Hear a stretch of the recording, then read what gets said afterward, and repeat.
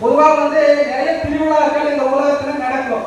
இந்துவாக பிறந்தவனுக்கு வருஷமெல்லாம் திருவிழா, ஒவ்வொரு மாசமும் திருவிழா கொண்டாடக்கூடிய ஆளுநர் இந்துக்கள். கிறிஸ்துவனாக பிறந்தவனுக்கு எது திருவிழான்னு கேட்டீங்கன்னா, கல்வாரி மலை மேலே சிலுவையில் அடைந்த போதும் கூட பகைவனுக்கும் அன்பு செய்ய அந்த இயேசு பிரான் சொன்னது பாத்தீங்களா, அவர் பிறந்த தினம் திருவிழா. இஸ்லாமியனாக பிறந்தவருக்கு அந்த ரமலான் மாதம் திருவிழா. மனிதனாக பிறந்தவனுக்கு தான் இந்த புத்தக திருவிழா. ஏன்னு கேட்டீங்கன்னா, விலங்குகளிடமிருந்து மனிதனை தனித்து காட்டக்கூடிய ஒரே ஒரு விஷயம் என்னன்னு கேட்டீங்கன்னா அறிவு.